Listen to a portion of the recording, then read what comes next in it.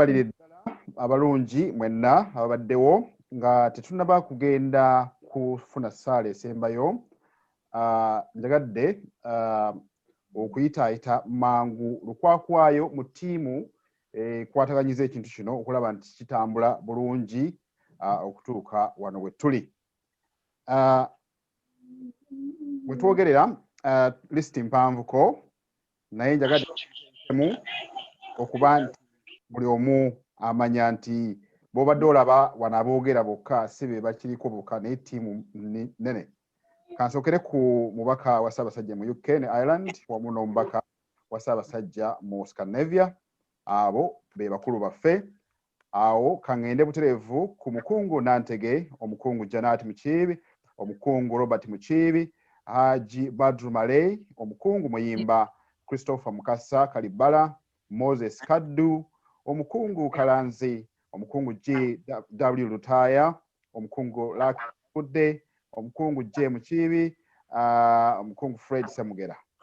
Ku program ndabako omukungu Kyazike, Dr. Kyazike, omukungu Era, omukungu S. Magoye, ate Saalongo Kibuuka naye kwali wamu n'omukungu Rosemary Sewali. Wano ndabawo omukungu P. Kalungi, mukungu Christopher Mukasa, omukungu Kasi Muguluma ow'omu South, ate omukungu Bukulu Rebecca. Bapartners kuliko mukungu Lwasa Kamya, Pascal Sakasamba, ate mukungu Kiyaga, Mwami Sebaggala. Ate ne wabeerawo ttiimu gy'enjala okwebaza mu byensusso ey'aba moderators abadde bakola omulimu gw'ettendo ogw'enjawulo kuliko Norman Busigu, Ndozoli Chairman, ate Natasha ali wano. Oh, okay. Beka Kingi mu London yawo, Zinunula tukulengedde, Serumaga, ate Moses Mutalaga naawe nkulengedde, Jani Mukiibi, Rehema Nabukeera, ate mukulu Lawrence Muyimba. Abantu abo tubayozayoza ebyensusso nange Muga. Okay. Kati omukulu Sebo Mwami Muga, waliwo omukulu owe Sweden Mwami Sengooba naye abaddeko. Ku Sengooba mbadde ndoza ekyuma kyakubuuse. Tusaasire. Nejjowe kibazo. So, I do apologize. Dr. Nyanzi ow'omu US. Dr. Nyanzi US. Bwemba sisomye erinnya lyo ku side olupapula wano kiba kitegeeza COVID-19 yakubye ekyuma. Nekiwandika erinnya. Okay.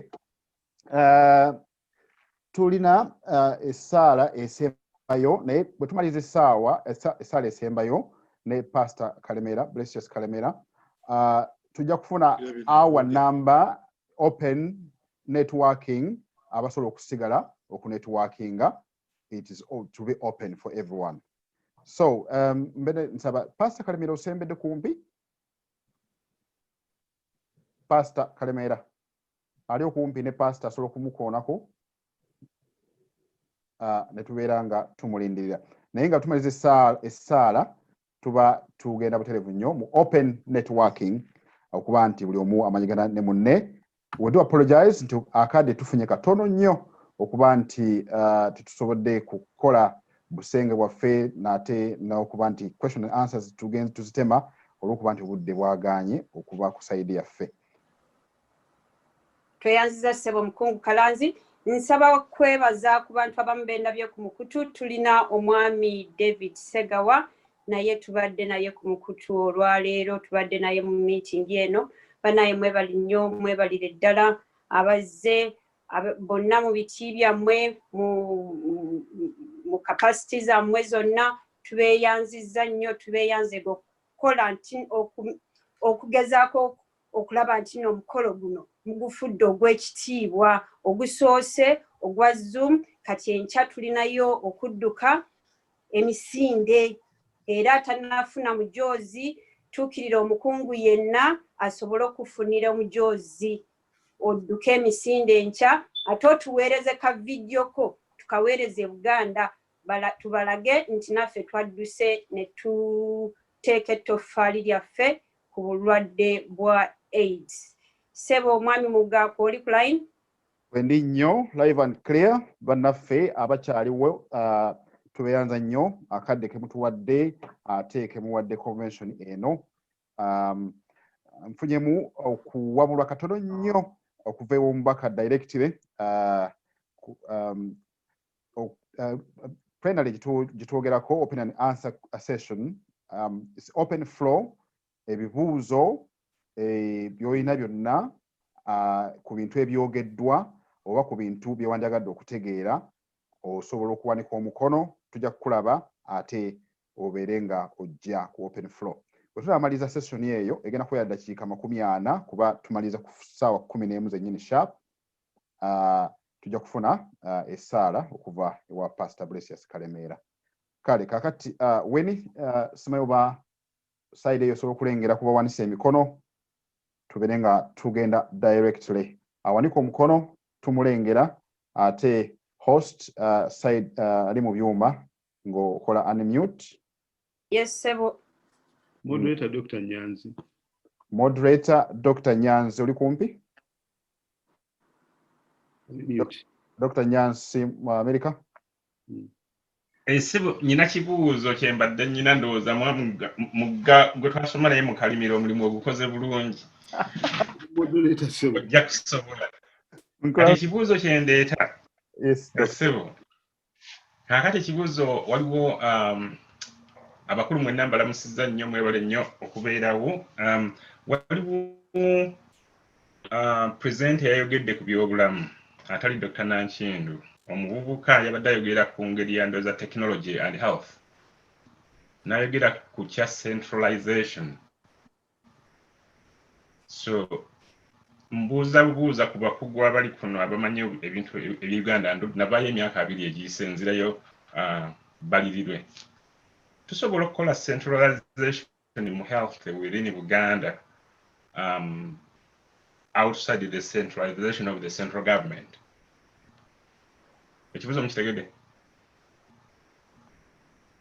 Kiddemu buto? Kuba kati zino nsonga twogera ku za Buganda. Dr. Nankindu akulira ebyobulamu yatugambye tukole nga bwe tusobola okuba nga tusobola n'okuzimba eddwaliro.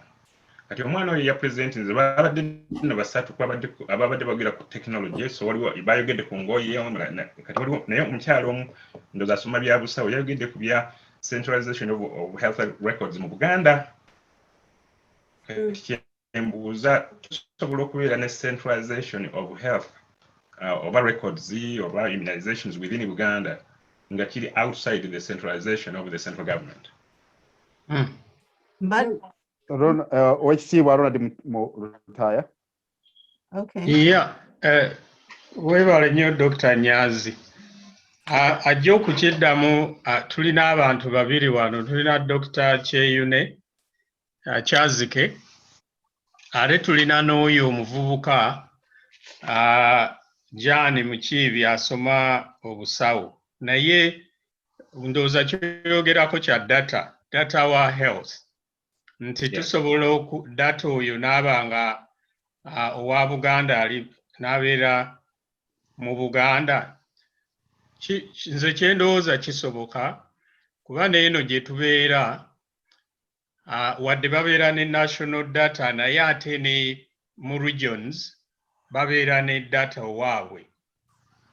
Naye katukiwe Dr. Kyazike. Dr. Kyazike waali?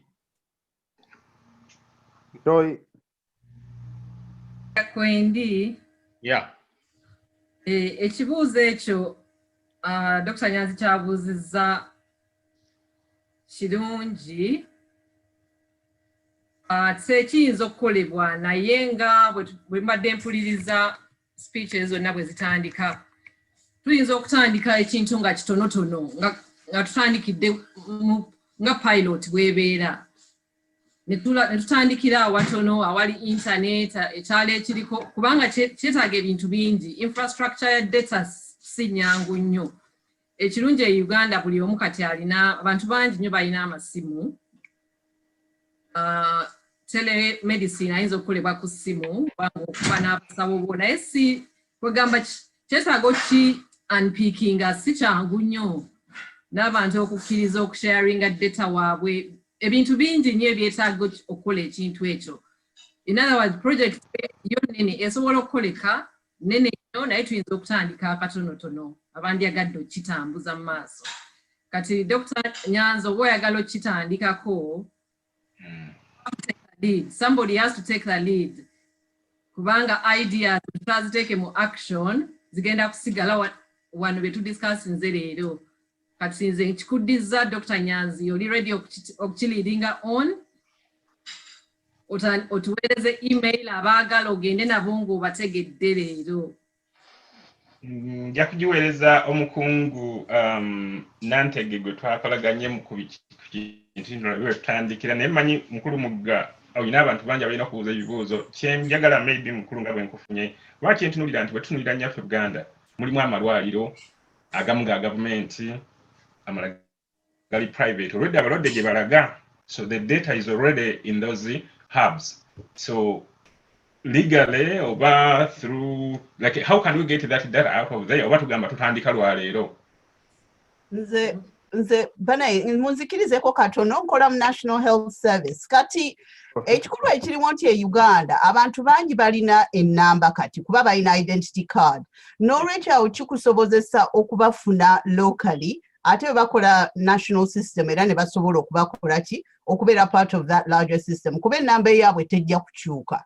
So that's the first thing. The second thing, abantu bangi medical records zaabwe ne malwaliro gye baba treatingira teziriiyo. Omuntu agenda n'alwalira e Mulago ne bamugjayo ne bamutwala Ensambya ne bamugjayo olulala n'alwalirako e Nakasero. Kati tewali repository eina, there's no toyinza gamba nga wano nti oyina GP wange ayinza okutunda mu records zange n'ambuulira blood pressure yange bwe yali 20 years ago. Now, in Uganda, that's not there. Kakati kino kibanga atandise ekintu ekipya. Abantu bangi mu byalo tebalina repository. Empapula zaabwe either batambula nazo oba bazireka ka clinic ate bwe baddamu okulwala bagenda walala. So this is an opportunity to actually keep people's medical records together. Now, ekintu nga confidentiality ne data control fetulina no GDPR, Data Protection Act. Okuba nti bwe bakuwa n'omanya nti ono mulwadde wa kino ne kino nti waliwo confidence nti abantu balina confidence nti endwadde zaabwe tezitambula abantu tebajja kutandika ate buli omu kufuna access. So you need a database nga access yazo oli bw'aba nnaasi alaba screen esooka bw'aba omusawo ayinza okulaba screens bbiri and all that naye nga Joy kyagambye ndowooza it requires unpicking but I think there's a lot of possibilities ate tuleme kutandika kugamba nti already abantu balina records zaabwe over 20 years somewhere. Ekye Uganda ne bwaba maama wo nga yalwadde ogenda okusanga nga eddwaliro lyagenda mu luli ate siryagenzeemu ku luno ate abeeno tebamanye nti alina blood pressure ate abeeri tebaategeera nti mulwadde wa mutima and that is a weakness. Ebyange toyanza nnyo mbadde njagala kwongerako ku ekyo nti nze nekengera okukozesa national ID because even here in the UK, we don't use the national, we have an NHS, specifically number for the NHS, but not related to your ID. It writing check and get ID in that, it is, there are lots and lots of people in Uganda that are not Ugandan nationals. So they wouldn't have a national ID. So how are they going to be, if they don't have a national ID, that means they've got no access to the health records. So I think here's an opportunity to start a new database. But okuchilinking ku national ID, it has huge implications, immigration implications, exclusion even, which is what we are trying to actually get away from. If I, as a traveler to Uganda, if I got an accident, if I have no national ID, does that mean I can't access the health sector? So it's really, really important that we exclude the idea of relinking it to the national ID. Okay. Dr. Nyanzi, ndowooza okuŋŋaanya data gwe weetaaga. Mukulu mugga ngenda kusaba omukungu Nantege connecting ne omukulu ono awa National Health Care Services ne Dr. Joy. Tutandike thread eno to begin a conversation tulabe gye tunaalaga. Tuyanze bige. Winnie, eriyo awanisa omukono? Tudduka misinde gya iriiri tulina eddakiika tulina mukungu muyimba eyawanise omukono Ssebo. Mukungu muyimba, over to you Ssebo. Ssebo n'ennyabo mwebale nnyo. Ndowooza ekintu Dr. Nyanzi kyayogeddeko kintu kikulu mpozi kyenyiza okyongerako nti nvaka Nabulemu eri kumpi ensalo ya Uganda ne Tanzania. Nina akalwaliro ke nazaalirwamu nga nze nasooka okuzaalirwa mu kalwaliro ako mu 6 cities. Naye nakatuukamu I was surprised okulaba nti abantu buli omu baamuwa exercise book. Katika exercise book ako kagenda nako mu ddwaliro ne bamuwandiikiramu bye bamuwandiikiddemu n'addayo nako enkuba bwe kakuba ebyo biba bifudde. So it's a terrible situation, but there's some work being done, and I would wish to be part of that team. Well, there is some project I'm involved in. Secondly, Owekitiibwa Kawuki ayogedde ku kintu ky'okuwandiisa Abaganda. This becomes part of the package why we have to register and know who we are and where we are. Kubanga abantu baba bali registered eka otandika okumanya nti information eyo gy'ofunye kati ogenda kugiyambisa mu ngeri bweti ne bweti ne bweti. But at the moment, we don't know, we don't take stock. So we need to emphasize it. I don't know simanyi oba omubaka amanyi how far we've gone in that project mu kulaba nti either abakulu b'ebika oba be baali balina okutandikirwako okutandika okuwandiisa bazzukulu baabwe. That project, it is a key to everything we are doing right now. Thank you. Okay, right. Era nja kuddayo butereevu nnyo. Noza kampisi Saalongo Kibuuka, jump in ku nsonga eno. Saalongo. Njagala kunziramu ekibuuzo kisudde bulungi kubanga mbadde computer badde etawaanya mpambu bwempimpi Ssebo nkiddemu. Mukulu Ssebo nkusaba oddemu mukulu Muyimba.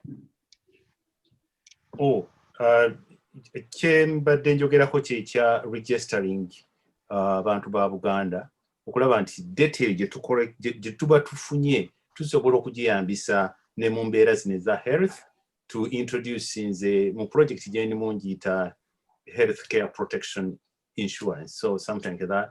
So omuntu n'aba nga alina ennamba eyo which would be nga Mukungu Nabukeera bw'ayogedde, that number should be different from the national ID number. So someone has got either it is going to be an insurance because we know who that person is, and then are able to access some kind of services. Without that number, you would not be entitled to freebies and around. So, but again, that starts with registering the people of Buganda and being able to afford them the services they're entitled to, because there will be a starting point. Ebale nnyo Ssebo, mpozi okubajjukizaamu edda mu nnono zaffe, buli muntu bwe yazaalibwanga yagendanga ne bamuwandiisa. Bwe bamuwanga erinnya waabengawo ekitabo kyabeeranga either mu luggya oba mu lunyiriri nga bawandiisa buli azaaliddwa, amannya ago ne gagenda mutuba ne gaweerezebwa ku ssiga. Mpozi ekitaalingawo kyekyokuba nti baagabanga unique numbers, era buli wazaalanga omwana omwanjulangamu bazadde bo amannya ago ne gabwewaayo. So ekyo si kipya, obuzibu obuzzeewo bwokka nti abantu bagenda bakyuka bamuzaala abaana ne mbeetuumira amannya, naye nga abataka bagamba nti buli muntu yandibadde azzaayo omwana ewaabwe oba n'abuuza abakulu abamutwala oba bamuzaala, omwana oyo ne bamuwa erinnya, omwana oyo n'agenda mu kitabo. So eyo registration always ebaddewo. Mpozi ekyandibadde kiddako ekyokuformalizinga. Abataka bwe bajja wano omwaka ogwayita baatugamba nti system eyo egenda kuddawo, laba ng'etandika okuddawo kuwandiika buli muntu awandiikibwe mu kika kye nga n'embuga zonna kubanga kati embuga zonna zigenda kufuuka za bulambuzi. Buli muntu bamuwandiike mu lunyiriri ne mu ssiga lye asobole okuba ng'agenda mu eyo central database.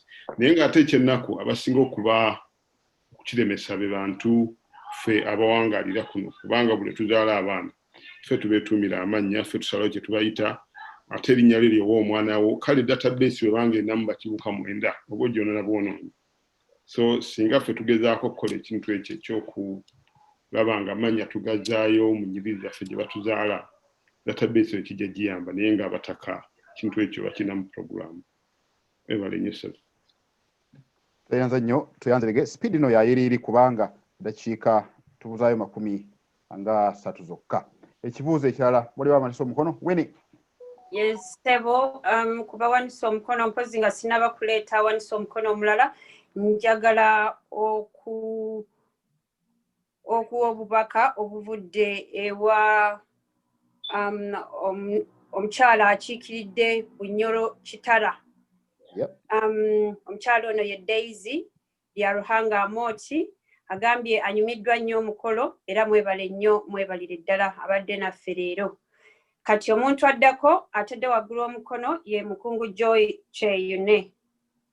Joy.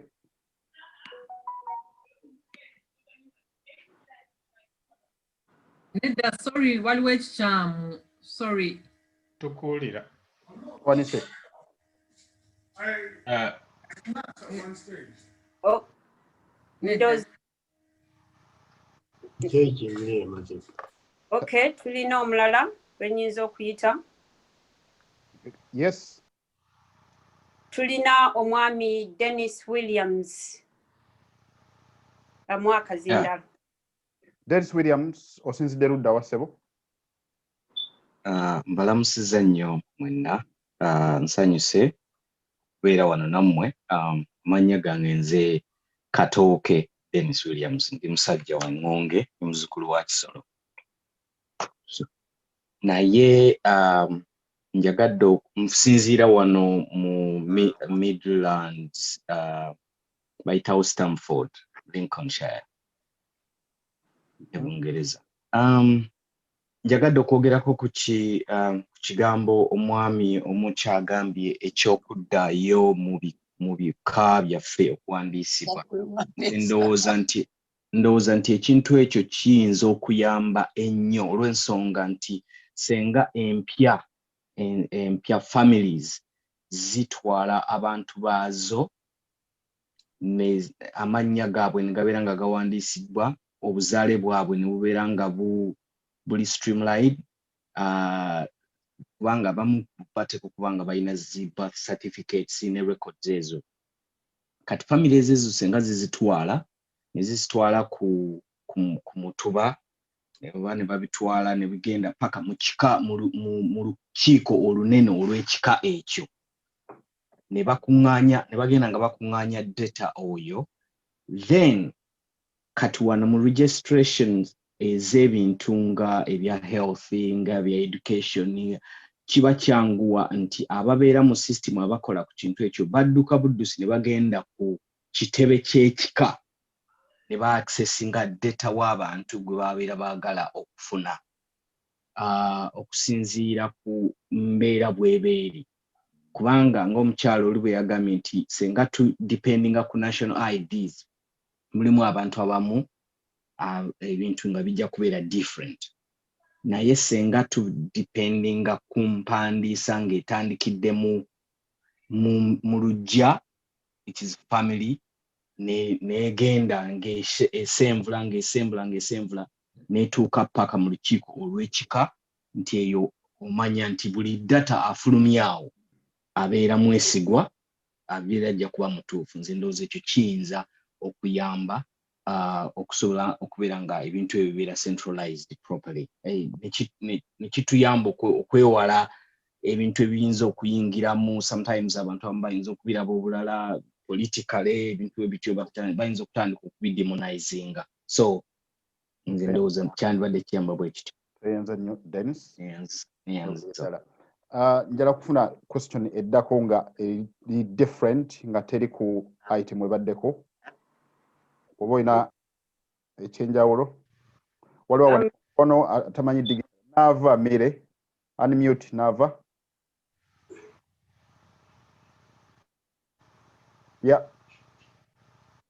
Good afternoon. I'm I am situated here in Sweden, Stockholm.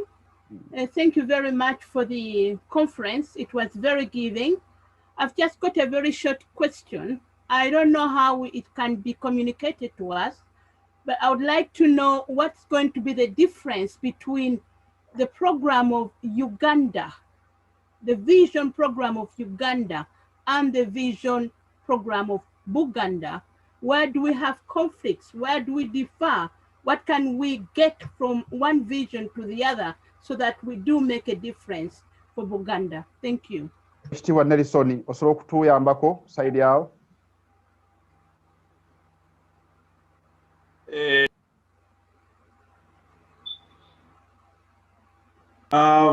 I think maybe I should answer back in English. No problem.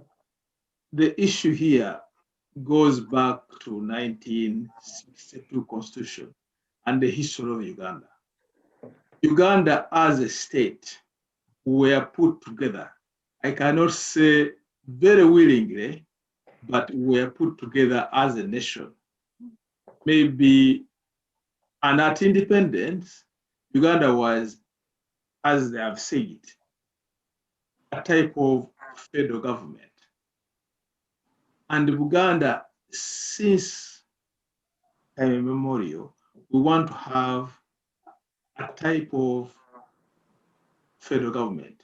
That's what Owekitiibwa Mpanga said, and that's what Buganda strives for, whereby we share some of the powers, and then we leave some of the power to the central government. So the vision for Buganda is to have part in our government, whereby we can decide on some issues and we leave some issues to the central government. So our vision for Uganda now, it is within that direction. We want to share power, real power, that we do the difference ourselves. So that's a conflict. At the moment, we can't. So that's why you find that, yes, we have a vision for Uganda, and of course, Uganda has its own vision for the world nation as such, but we think that sharing power will make a very big difference. That's where we are, and that's what we are longing for. Mile, are you comfortable with the Actually, because I'm aware of certain visions that are going to develop both the Buganda and both Uganda. So that's where I was heading to, because of the technologies that are just creeping up here and there, the youth that are coming up with so many differences. Where do we have frictions whereby what we have in visions in Buganda is going to be developed in Uganda? Because we are one in two. So that's what I wanted to hear more of. Thank you. I mean, developing Buganda, it is developing Uganda. So yeah, if you develop Buganda, you develop Uganda. But at the same time, when we sit here within the Buganda community under the kingdom, it is most likely unconstitutional to say that we're giving a vision for Uganda because we're not allowed to do so. We can't do that. But we know that when you develop Buganda, you develop Uganda, whether you like it or not. So all these things we're doing in Buganda, they develop, the biggest beneficiary actually is the Ugandan government and the Ugandan people. I can give you some examples. When we talk of Mwanyi Terimba, who has gained the most? Is it Buganda? Yes, the farmers have got some money. But on a national level, Uganda government is getting a lot more money from the Buganda Terimba program, which has been instituted in Uganda to increase the coffee production by 35%. But that was a vision to develop Buganda. But in the very end, it is Uganda which has gained. We can take the football session, Masaza Cup, who has gained. Yes, but Buganda has done this thing to develop football in Uganda. But the biggest beneficiary is the Ugandan nation. And actually, people in Uganda, although we cannot speak for all of them, but they should come back and do the thank you where it deserves. Right. Owekitiibwa Lutaya. Ronald. Hello. neyanziza mukyala Nava, there is an imbalance, a power imbalance at the moment. All the powers that the colonial system had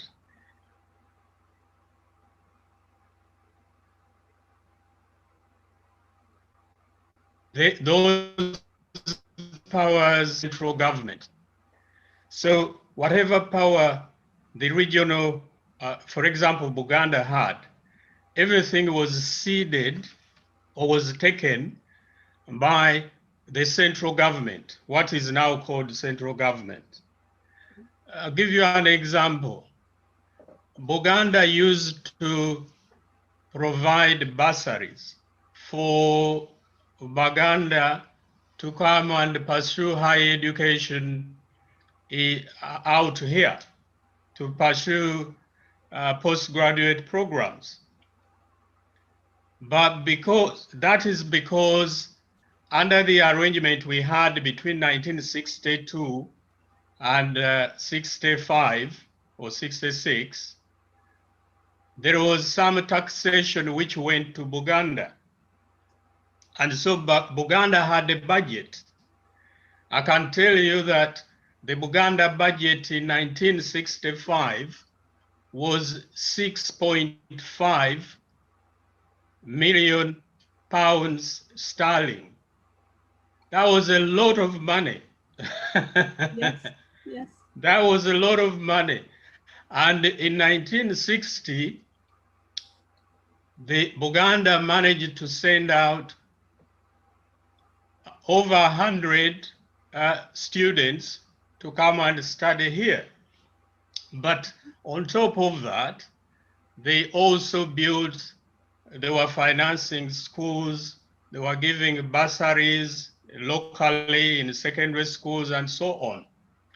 But because they had a sum of money, that money is not there anymore. Okay.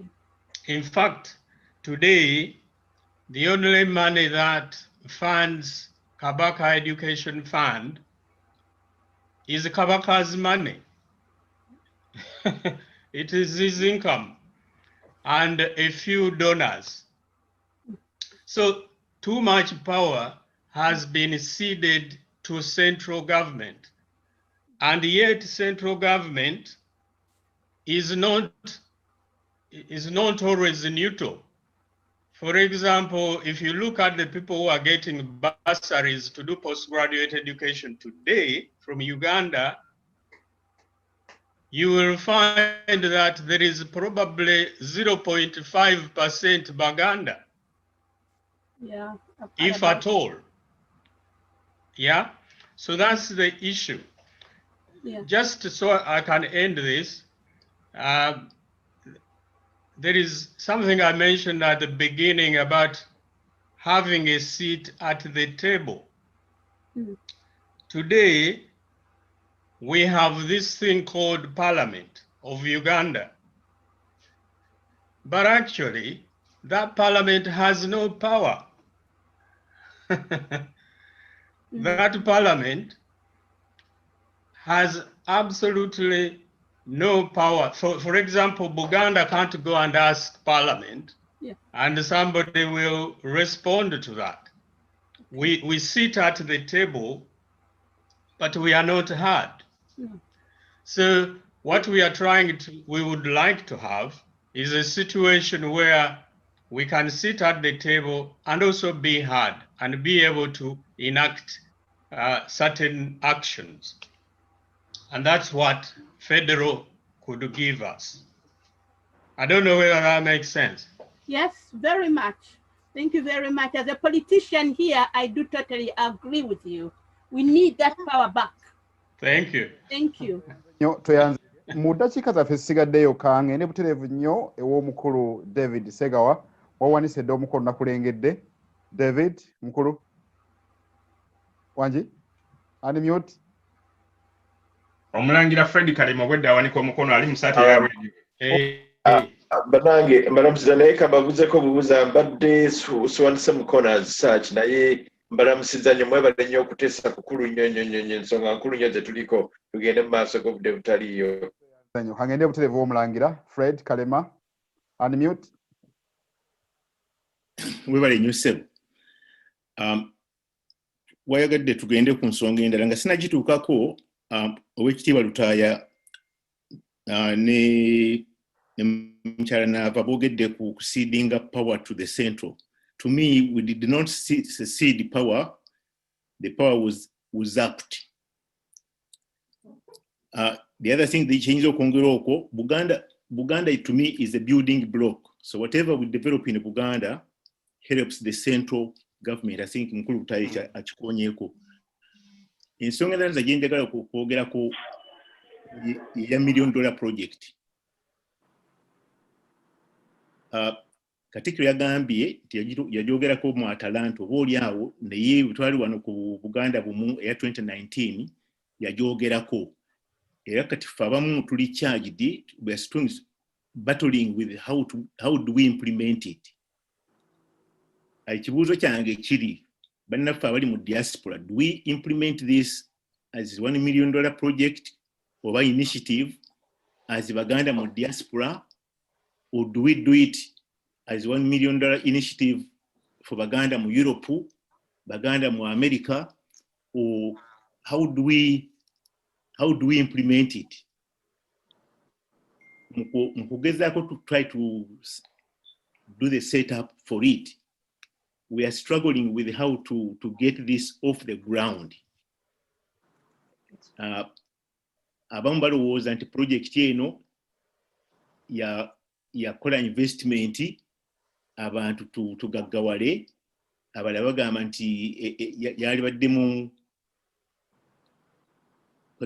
mu ngeri yakola legacy, which Katikkiro actually ne Mukulu Kawuki n'abamu bwe twakitegeera nti yes muyinza ogikola nga mujjamu ssente naye nga the paramount objective yakola legacy Abaganda abali ebweru, legacy eno gye tukoze ki gye tuleseewo. Naye abamu bagamba nti bwe munaakola ekyo temujja kufuna abantu 1,000 bakuwa $1,000 because abamu baagala kukola ki baagala investment. Bannange mukiraba mutya? Two questions. Do we implement it as Abaganda abali mu diaspora, or do we go on a smaller unit? Tugamba nti ab'omu Europe batute initiative eyo. Maybe tujja kusangayo Buganda House mu Europe, naffe wano mu America, naffe abali wano. How do we help that initiative to move forward? Good question. Okay, any reactions? Yeah. Nze bampita Dorothy Mukasa mbadde ngamba nti ekintu waliwo ebintu bye tukola nga tuli Bungereza naye bwe tulowooza obikolera e Uganda ate tukyuka. Kakati wano twandibadde tukola survey ne tukola questionnaire abantu ne tubabuuza bonna nti senga tukola ekintu kino twandyagadde ki, ne wabeerawo omuntu atwala ebirowoozo by'abantu kuba tetuli bandowooza emu. Abasinga okwogera ekye balowooza abasirise bayinza okuba nti tebakikiririzaamu. N'olwekyo bwe mubuuza abantu through a questionnaire, through a monkey survey or whatever, kino kye twandyagadde okukola, what are the options, what would you prefer? Ne tubawa time, we gather the data and then analyze that, and based on that we make kugamba wano tukola ebintu biri evidence based bulijjo naye bwe tutuuka mu bya Buganda ate ne tulowooleza abantu. I think people know what they want, and I think if you do a monkey survey you could very easily analyze it and decide what is the best thing they want to do. Any reactions kwekyo? Okay, Nabukera. I wanted to react to that because obviously I'm very interested in investment. I agree with the speaker above, Dorothy Netesa. I think the key for me is not should we do it as the diaspora or as Europe, or all that is absolutely irrelevant. We've lost the goal, we've lost the vision. What we need to do is establish what we actually want to do, whether it is building a school, it's building a hospital, or whatever the project is, that is actually in keeping with our values. So for example, for me, when I saw the speaker for finance, investment, I can't remember his name, there was nothing that he was presenting, building 300 luxury villas. There was nothing there that resonated with my values, because for me, I live in England, I live in a house. Why should I live in a villa in Uganda 4 weeks a year? What for? You know, so we need to, the Buganda, where it has lost it, it has not negotiated with the people from the diaspora, had a conversation and say, this is actually what we think you should want. And it's the young people that can raise these funds. In terms of raising funds, that is the easiest bit once the project has been demo properly. Raising the funds is easy, raising £1 million is easy, £10 million is easy.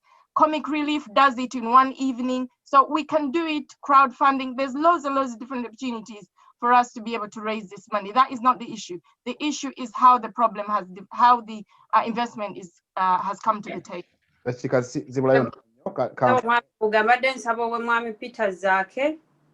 Peter Zake. Before saying, let me just address Mukyala Nabukeera. Quick one, what you need to come in. Yes, sir. When Katikiro says this initiative, they are not saying to kunganye sente ezo tukolagane ne Mengo to invest in Mengo. Then the way the initiative is tukolemu ekintu legacy, and they don't insist on doing it through Bulange, but we have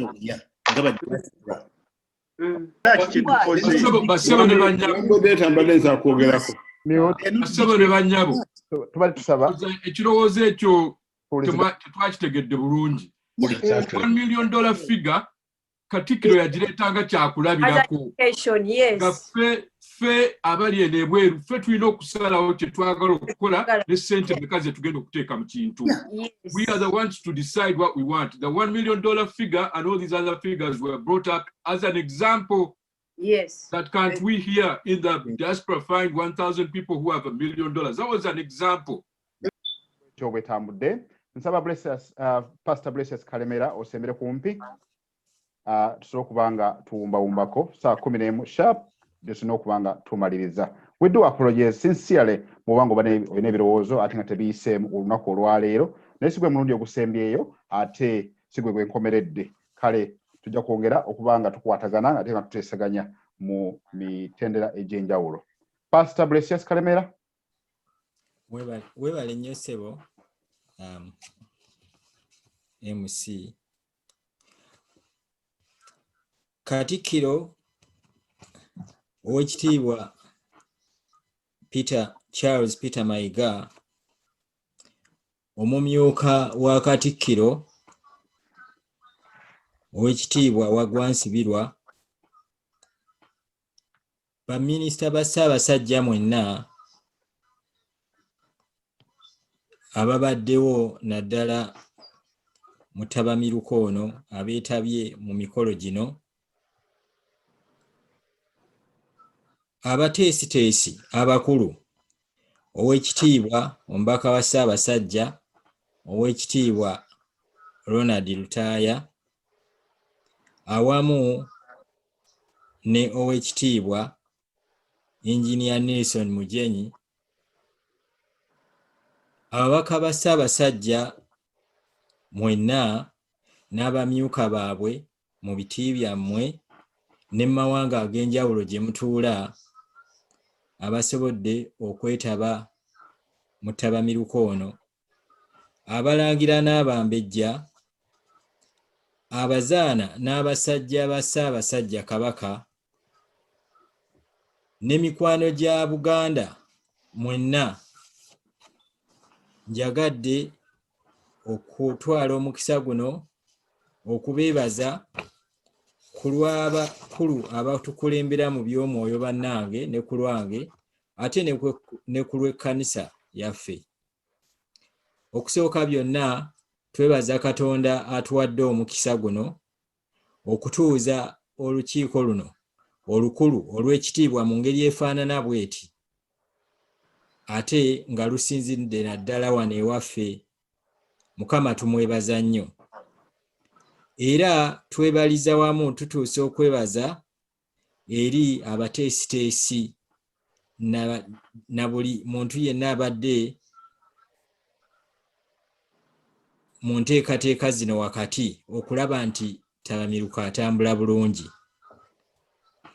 Munzikirize nga tetunnaba kusaba okusembayo okwebaza Katonda olw'emirimu gyonna egikolebwa Ssaabasajja Kabaka mu nsi yaffe Buganda, n'olw'obukulembeze obw'ekitalo obw'amagezi Mukama bw'atuwadde mu Ssaabasajja, naddala mu mirembe gino ate nga gijjudde okusoomooza.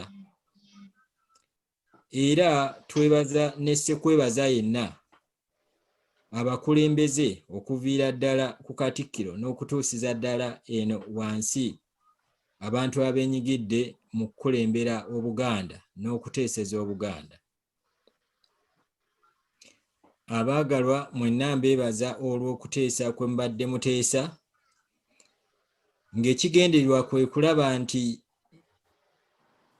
ffe n'abaana baffe n'abazzukulu n'abaliddawo Mukama waffe bw'aliba tannadda babeera mu nsi esanyusa ebeeyagaza era etambula ng'egenda mu maaso.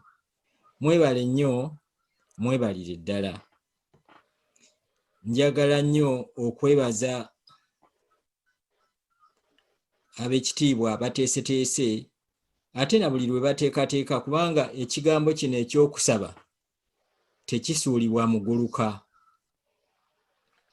Ekitabo ekitukuvu bye tusoma mu Bayibuli, omuddu wa Katonda Dawudi yali kabaka. Kabaka Dawudi yawandiika mu Zabbuli ey'ekikumi olunyiriri olusooka nti Mukama bw'atazimba kibuga, abazimbi bazimbira bwereere. Mukama bw'atakuuma kibuga, abakuumi nabo bakuumira bwereere. Kale nno omwagaanya guno gwe muwaawo buli kaseera ne gwe muwadde olwaleero, gwonna gusiimibwa era guweesa Katonda ekitiibwa. Buganda ggwanga lya njawulo okuva ku mawanga amalala, kubanga waliwo amawanga agatamanyi na kumanya nti Katonda gy'ali. Buganda ly'eggwanga mu Afrika eryasooka okulagiriza obulagiriza ne bagamba nti mutuyitire abantu batuyigirize eddiini. Ssekabaka Muteesa bw'atyo bwe yateesa. N'olw'ensonga eyo ebirala byonna ebigenze nga biddirira n'ennyimba zaffe, oluyimba lwa Buganda lwonna omulamwa guli mu kutunuulira Katonda ow'omu ggulu nti ensibuko ey'amagezi gonna n'okutegeera kwonna n'emikisa gyonna. Ekyo nno twesunako ffe ng'Abaganda ne Bannayuganda okutwalira awamu. Mukama tumwebaza. Olwaleero nga tetunnabakomekkereza Ttabamiruka ono, njagala kukozesa ebigambo ebyo nti Mukama bw'atazimba kibuga, abazimba bazimbira bwereere. Mukama bw'atakuuma, abakuumi bakuumira bwereere. Ebigambo byonna bye mubadde mwogerako, ebikulu, eby'amagezi, eby'ensonga, ate ebimu n'okuggwaayo tebiweddeeyo. Nsaba tubikomekkereze nga tubiteeka mu mikono gya Katonda, omuyinza w'ebintu byonna. Ffe nga tetumanyi ebinaabaawo enkya, naye nga ye Katonda alina enkya mu mukono gwe. Nsaba bwe tunaaba tusaba, okusaba kwa leero tunaasookera ddala okusabira Ssaabasajja, tunaasaba n'olwa ggwanga lyaffe, tunaasaba n'olwa Mukama ateeka obukuumi ku bantu baffe ne ku mmwe mwenna abantu ba Ssaabasajja, baminisita n'abakungu ba Ssaabasajja. Naye nga situnnaba kusaba, nsaba okwogera okusooka byonna okubaako kyengabana nammwe. Ennaku ezo waliwo omukristaayo omu, omuntu wa Katonda, eyawandiika essaala era mba ntudde we ntudde n'agamba nti wayi musumba waliwo essaala eno mbadde nsaba tugisabire ensi yaffe. Ngamba nti gimpeereze ndabeko. N'agimpeereza. Nate yagenda okugimpeereza ng'ate essaala eyo nina mu birowoozo byange nga nina we nagiraba. Naye bwe neetegereza essaala eyo ne ŋŋamba nti ekigambo kino nno kiruŋŋamiziddwa Katonda. Ate waagendera okugyogera naffe twali tuteekateeka okusaba naye nga tusabira ensi yaffe.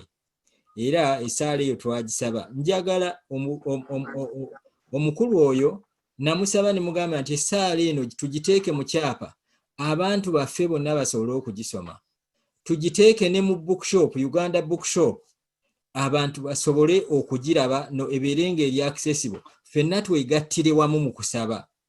Kubanga omulembe gwaffe bino byonna bye twogedde tusobola obyogera, naye bwe tubanga tetukulembeza Mukama tukyalina okusoomoozebwa okw'amaanyi. Kale nno ssebo ow'ekitiibwa essaala eyo sirina means ejanja kaakano, naye nja kugireeta gy'oli butereevu. Oba oli awo ku lunaku lwe tunaateekateeka olw'okusabira eggwanga, essaala eyo tusobole okugisoma ate kwegamba n'okugitongoza tugitongoze bwe kubanga kwe kusiima kwo, esobole okubuna ng'etandikira wano mu Bungereza n'amawanga gonna ne bannaffe bonna abali mu mawanga ag'enjawulo gye bali, abali mu Scandinavia ne mu Amerika n'amawanga amalala. Ekyo njagadde kukozesa mukisa guno ng'ekiteeso okuva ku sayidi yaffe ey'abannaddiini, kwegamba nakyo tukirowoozeeko ate tukiteeke mu nkola.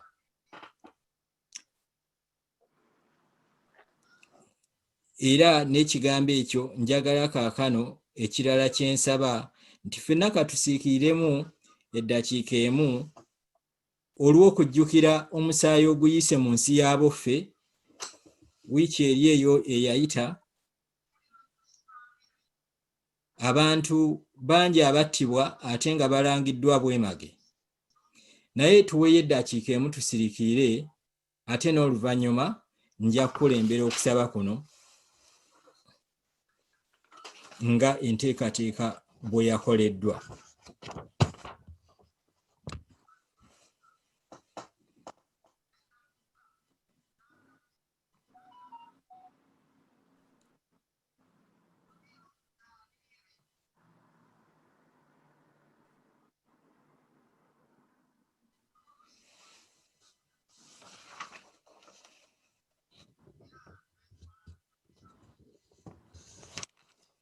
Mwebale nnyo, mwebalire ddala.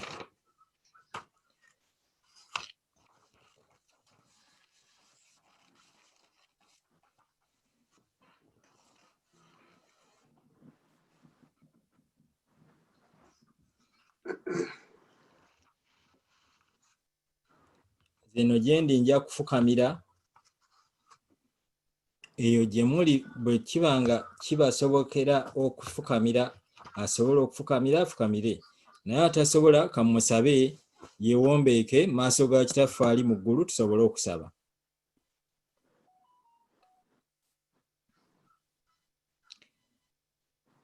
Taata waffe ow'omu ggulu,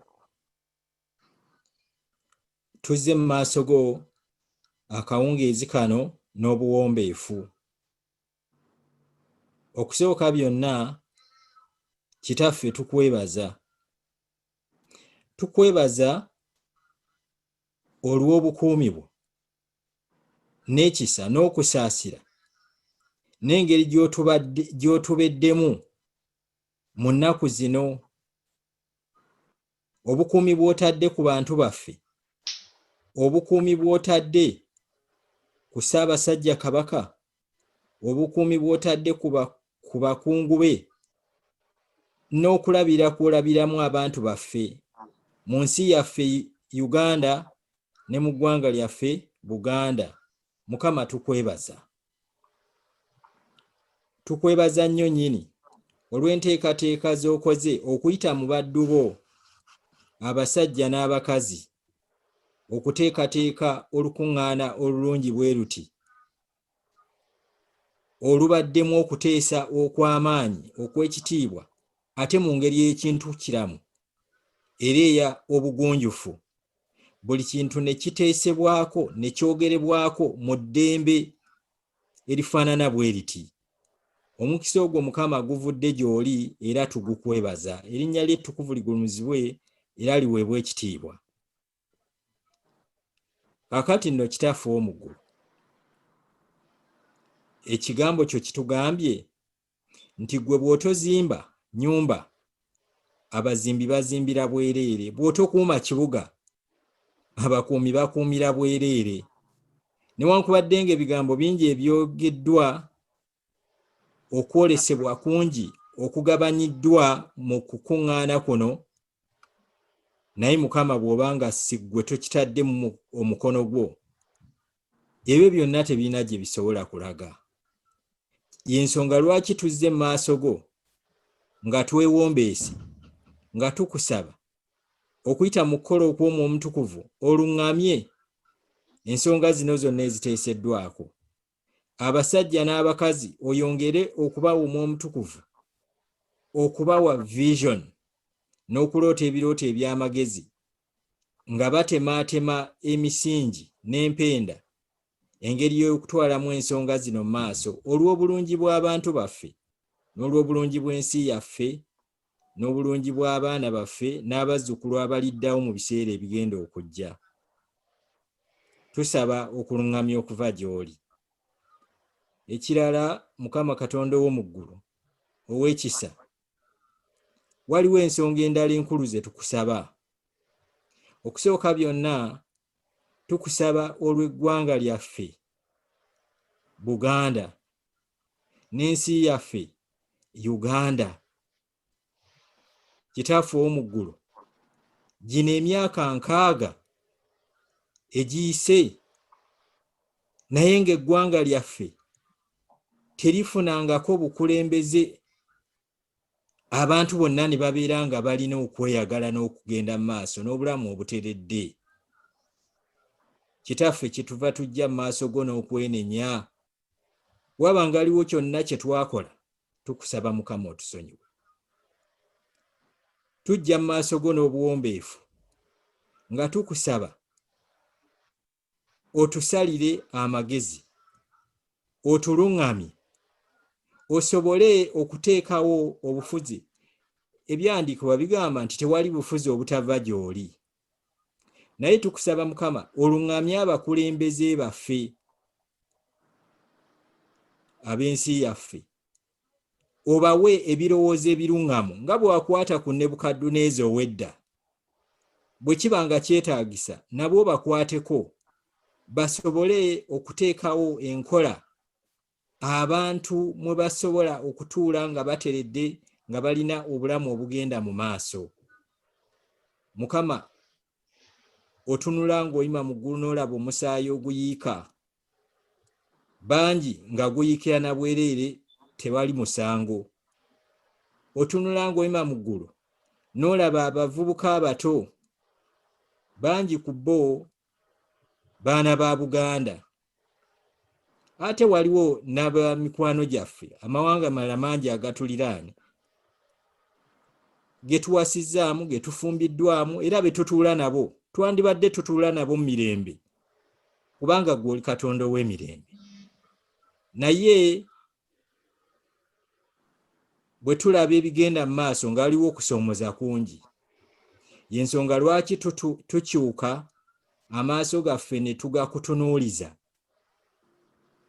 Bwe kiba nga kwe kuteesaako, osobole okuleeta enkyukakyuka ez'emirembe, abantu bo babeere nga batudde wamu mu mirembe, mu bulamu obubeeyagaza n'okukola emirimu gyabwe n'okuweereza, kubanga kyawandiikibwa nti kirungi okuweereza Katonda omuntu ng'ateredde. Kitaffe ow'omu ggulu, Uganda ly'eggwanga lyokka abantu mwe battibwa mu kirindi, abakulembeze ne batavaayo yadde okwetonda, ne watabaawo abonerezebwa. Y'ensonga lwaki tukyusa amaaso gaffe ne tugakutunuuliza. Mu ngeri endala ey'enjawulo tusabira Ssaabasajja Kabaka wamuwa obukulembeze obw'ennono nga bwe wakola jjajjaffe Dawudi. Kyetuva tukusaba Mukama okuume Ssaabasajja Kabaka. Tukwebaza kubanga omutuwadde mu mulembe guno. Tetumanyi bwe twandibadde ng'ensi singa yali nga taliiwo. Naye kubanga okkiriza okumutuwa, tusaba omuteekeko obukuumi bwo. Era tusaba omwongere amagezi ng'alamula Obuganda, omwongere n'okuluŋŋamizibwa, omwongere n'obukuumi, asobole okulamula ensi mu mirembe ate ng'ali Ssekiwa mu mikono gyo. Ekyo nakyo Mukama tukitadde mu maaso go, tukusaba otuwulire. Mukama nsaba abakulembeze abali wansi wa Ssaabasajja, Katikkiro, abamyuka be, ababaka ba Ssaabasajja, bannange bonna abatudde olwaleero weewaawo waliwo n'abataliiwo, bafune obukuumi obuva gy'oli, n'okuluŋŋamizibwa okuva gy'oli, n'amagezi agava gy'oli.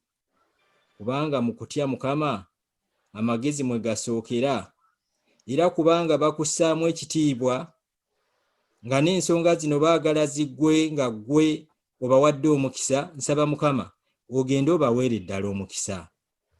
Bawe omukisa mu mirimu gyabwe, bawe omukisa mu bukulembeze bwabwe, bawe omukisa mu bizinesi zaabwe, bawe omukisa mu maka gaabwe, bawe omukisa ne mu nguudo mwe bayita, obateekeko obukuumi bwo. Kitaffe ow'omu ggulu, bwe tutyo bwe tuzze mu maaso go, ffe tetumanyi kusaba bulungi, naye tumanyi nga ne bwe tuba tetusabye bulungi, Omwoyo Omutukuvu yeegayirira ku lw'abantu bo. Tusaba okusaba kwaffe okukkirize, era okugaziye ensi yaffe erabe omukisa, abantu bo balabe omukisa, eggwanga lyaffe lirabe omukisa. Yesu bw'anaakomyawo obwakabaka bw'asanga abantu abatudde abamulindiridde mu mirembe. Bwe tutyo bwe tuzze mu maaso go, tukusabye nga okuyita mu nnya ly'Omwana we Yesu Kristo Mukama waffe. Amiina. Kambasabe mwenna ffenna tuddire wamu essaala ya Mukama waffe mu Luganda. Kitaffe ali mu ggulu, erinnya lyo litukuzibwe, obwakabaka bwo bujje, byoyagala bikolebwe mu nsi nga bwe bikolebwa mu ggulu. Tuwe emmere yaffe okwonoona kwaffe nga naffe bwe tusonyiwa abantu totwala mu kkubo, naye otulokole mu bibi. Kubanga obwakabaka n'obuyinza n'ekitiibwa bibyo emirembe n'emirembe. Amiina. Omukisa gwa Katonda Kitaffe n'ogw'Omwana n'ogw'Omwoyo Omutukuvu ogusinga okutegeerwa bibeere wamu nammwe. Omukisa ogwo gugende nammwe mu bulamu bwammwe ne mu maka gammwe ne ku mirimu gyammwe, kaakano n'emirembe eginaddirira. Mukama abawe omukisa. Ate ntwala omukisa okwebaza na buli omu ate mu conference eno, ate ne mbasaba amatutu gaggule. Tujja kusigala nga tufuna communications ez'enjawulo okuva mu office y'omubaka wa Ssaabasajja mu UK ne Ireland wamu mu Scandinavia. Awo nno Winnie Nantege nkusaba osiibule side eyo tubeere nga tuwunzika. Tweyanziza nnyo ssebo Omwami James Muga. Simanyi oba Oweekitiibwa abadde alina kyayogera.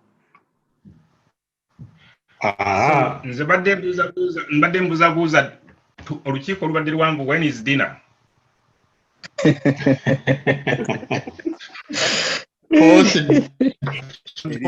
Post December 2021. Okay, Winnie.